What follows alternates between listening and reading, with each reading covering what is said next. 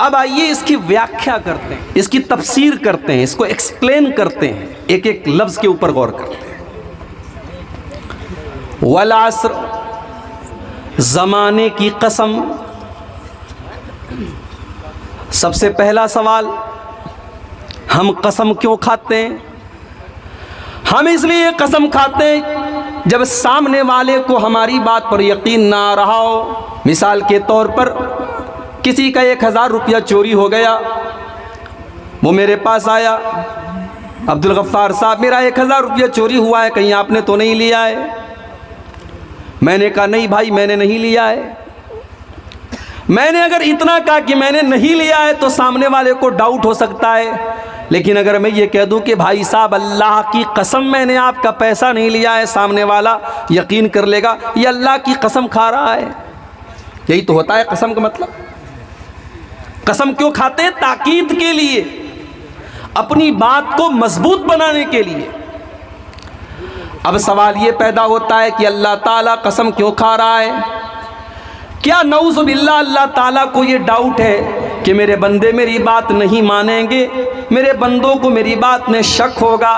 नहीं नहीं, अल्लाह की बात में किसको शक हो सकता है? अल्लाह तो अपने कुरान की शुरुआत में कहता है अलिफ लाम मीम ज़ालिकल किताबु ला रैब फीहि हुदल लिल मुत्तकीन। मेरे बंदो ये जो किताब तुम पढ़ने जा रहे हो, जो तुम कुरान पढ़ने जा रहे हो, ला रैब फीहि, इसके अंदर कोई डाउट की, कोई संदेह की, कोई शक की कोई जगह ही नहीं है। इसका एक एक हर्फ सच्चा है, इसका एक एक शब्द सच्चा है, इस कुरान के अंदर कोई शक नहीं है। तब अल्लाह कसम क्यों खा रहा है? अल्लाह कसम खा रहा है ये बताने के लिए कि हम जो बात कहने जा रहे हैं वो बहुत इंपॉर्टेंट है, बहुत अहम है, बहुत महत्वपूर्ण है, उस पर तुम ध्यान दो, बहुत अहम बात बताने जा रहा हूं, इसलिए अल्लाह कसम खाता है। अब यहां एक बात और समझ लीजिए, अल्लाह ताला जिसकी चाहे कसम खा सकता है। उसने कुरान में इंजीर की भी कसम खाई है, अल्लाह ने कुरान में जैतून की कसम खाई, अल्लाह ने कुरान में तूरे सीना की कसम खाई, अल्लाह ने कुरान में मक्का शहर की कसम खाई, अल्लाह ने कुरान में अल्लाह के नबी की ज़िंदगी की कसम खाई, अल्लाह ने कुरान में सूरज की कसम खाई, ज़मीन की कसम खाई, आसमान की कसम खाई। अल्लाह जिसकी चाहे कसम खा सकता है, मगर हमें और आपको ये इजाज़त नहीं कि हम अल्लाह के अलावा किसी और की कसम खाएँ। अगर हम अल्लाह के अलावा किसी और की कसम खाते हैं तो अल्लाह के नबी फरमाते हैं मन हलफ़ बिग़ैरिल्लाहि फ़क़द अशरक, जिसने अल्लाह के अलावा किसी और की कसम खाई तो उसने शिर्क किया। मियाँ बीवी में झगड़ा हो रहा है, बीवी कह रही है शौहर से अरे मैं झूठ नहीं बोल रही हूं, बच्चे की कसम, बच्चों की कसम लोग खा लेते हैं। शौहर बीवी के हाथ पर, सर पर हाथ रख करके कहता है मैं तेरी कसम खाता हूं। याद रखो मेरे प्यारे साथियों, न बीवी की कसम खाना जायज़ है, न बच्चों की कसम खाना जायज़ है, न माँ की कसम खाना जायज़ है, न महबूबा की कसम खाना जायज़ है। अल्लाह के अलावा किसी की कसम नहीं खा सकते। यहाँ तक के खाने काबा की कसम भी नहीं खानी चाहिए, इसलिए कि खाने काबा अल्लाह नहीं है, अल्लाह का घर है। हम खाने काबा की भी कसम नहीं खा सकते, क्योंकि सिर्फ और सिर्फ अल्लाह की कसम खाना है। खाने काबा तो अल्लाह का घर है, अल्लाह नहीं है। हमारे बहुत सारे गैर मुस्लिम भाई हैं, उनके दिमाग में ये बैठा हुआ है कि मुसलमान खाने काबा की पूजा करता है।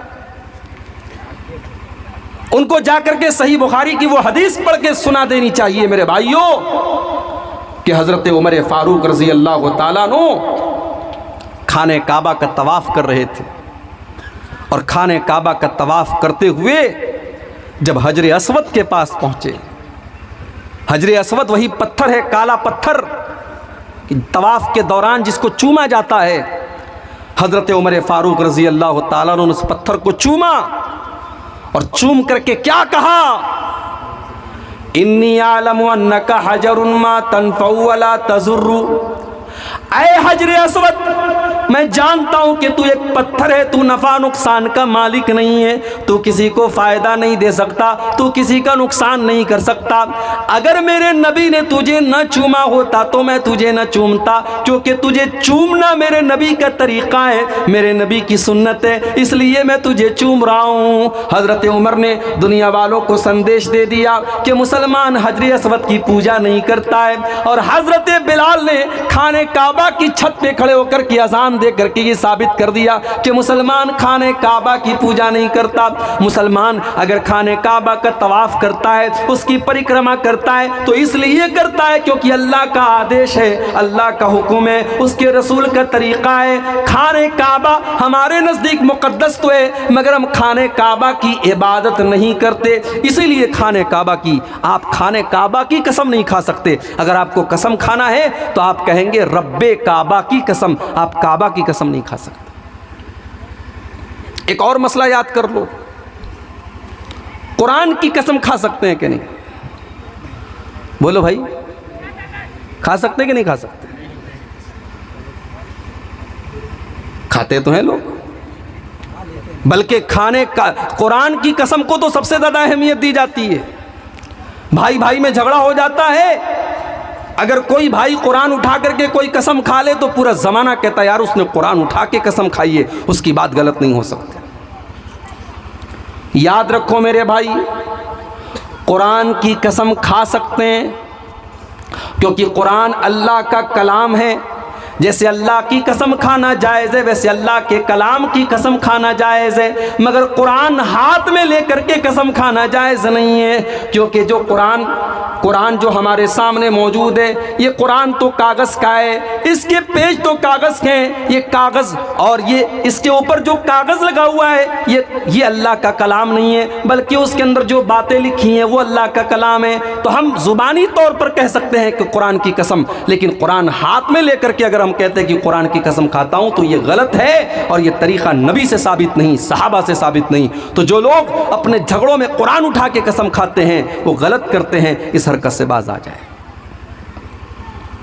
वल अस्र, जमाने की कसम, अल्लाह जमाने की कसम खा रहा है।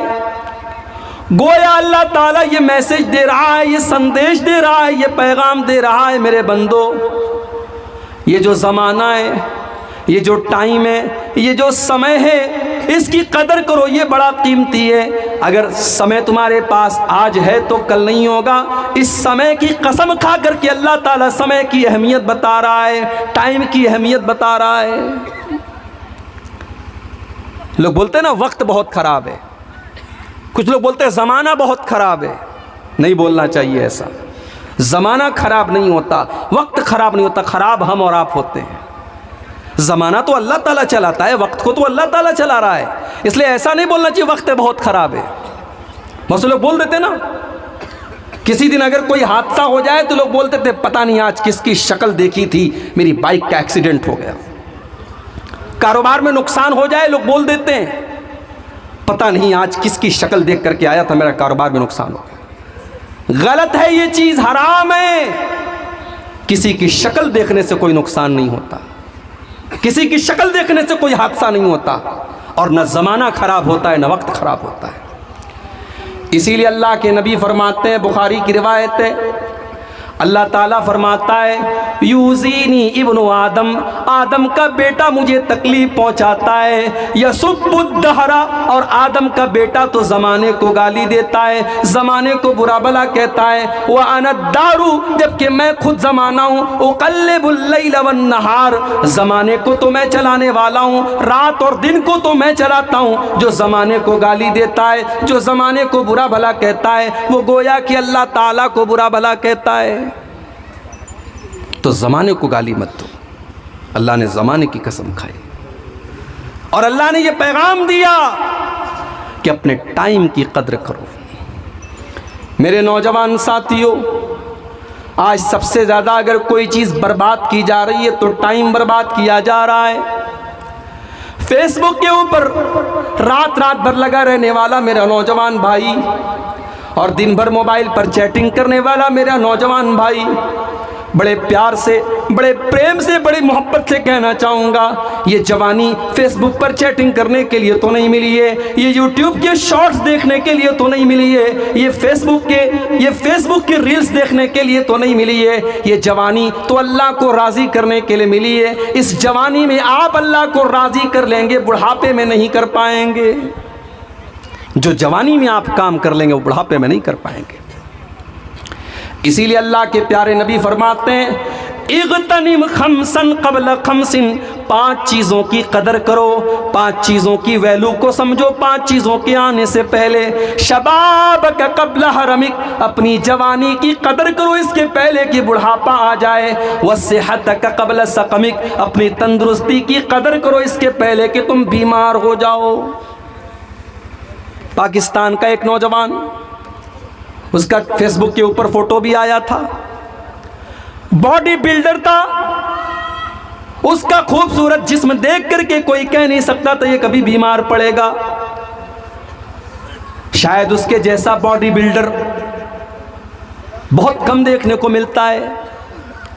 एक तरफ उसकी वो तस्वीर आई जिसमें उसके पूरे जिस्म की नुमाइश हो रही है, दूसरी तरफ उसको ब्लड कैंसर हो जाता है और वो सूख करके लकड़ी हो जाता है, उसकी शक्ल पहचान में नहीं आती और कुछ दिनों के बाद उसके इंतकाल की खबर भी फेसबुक के ऊपर आ जाती है।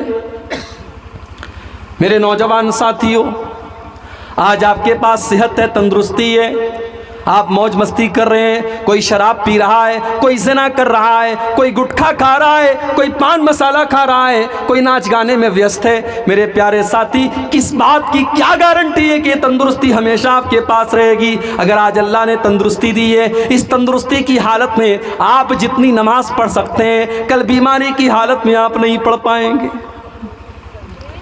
हो सकता है आज आप खड़े होकर के नमाज पढ़ सकते हैं, अल्लाह न करे ऐसी बीमारी आ जाए कि आप खड़े होकर के नमाज पढ़ना चाहेंगे मगर नहीं पढ़ पाएंगे, आपको कुर्सी का सहारा लेना पड़ेगा।